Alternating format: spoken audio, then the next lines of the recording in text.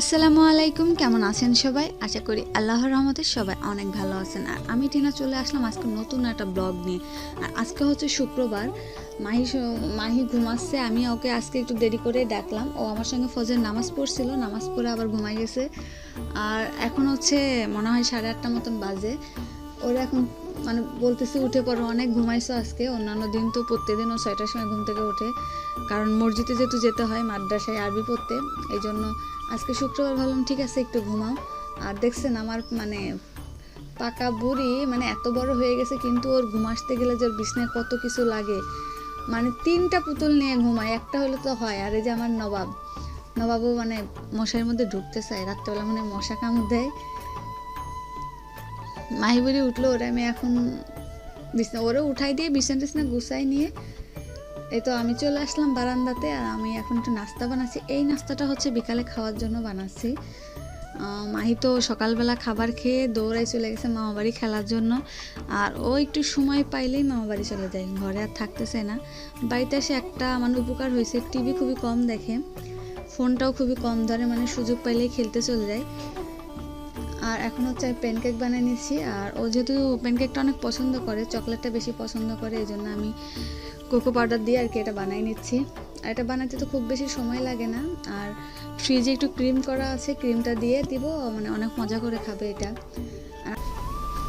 আমার আজকের এই ভিডিওটা যদি আপনাদের ভালো লাগে তাহলে প্লিজ আমার চ্যানেলটিতে সাবস্ক্রাইব করবেন, লাইক শেয়ার কমেন্ট আর পাশে থাকা ছোট্ট বেল বাটন অন করে দিবেন। তাহলে আমি যে কোনো ভিডিও ছাড়ার সঙ্গে সঙ্গে আপনাদের মোবাইলের নোটিফিকেশন চলে যাবে। আর যারা অলরেডি সাবস্ক্রাইব করে দিয়েছেন তাদের অনেক ধন্যবাদ আমাকে মানে আমার পাশে থাকার জন্য।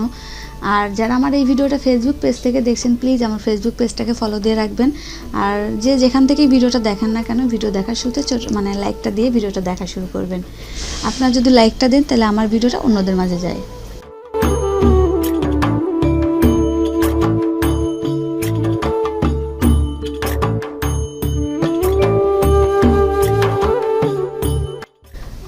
আর আমার তো প্যানকেকগুলো বানানো শেষ। আর এখন হচ্ছে আমি এর মধ্যে একটু করে ক্রিম দিয়ে দিচ্ছি।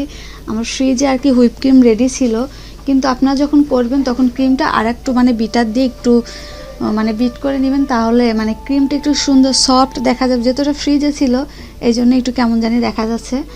আর আমি বাজারে যাই নাই, ভাইকে বাজারে পাঠাইছিলাম, ওকে মানে বলছিলাম কিছু ডাল এনে দিতে। আর মায়ের জন্য ফল, মায়ের জন্য তো আঙুর আনছে। আর হচ্ছে এখানে আনা হচ্ছে মুগ ডাল, আর হচ্ছে ওটাকে কি বলে ছোলার ডাল সম্ভবত, যাই না, ওরা বলছিলাম ছোলার ডাল এনে দিতে। যাই হোক, আর এখন হচ্ছে আমি আঙুরগুলো মানে পানিতে ভিজিয়ে দিয়ে আমি ওর মধ্যে একটু লবণ আর হচ্ছে ভিনেগার দিয়ে দিব। মানে এইভাবে দিলে নাকি অনেকটাই ফরমালিন মুক্ত হয়ে যায়। আর যাই হোক, আমার আজকের এই ভিডিওটা আমি আর খুব বেশি বড় করব না। আর আজকের মতন আমি এখানেই বিদায় নিচ্ছি। আল্লাহ হাফেজ, আসসালামু আলাইকুম।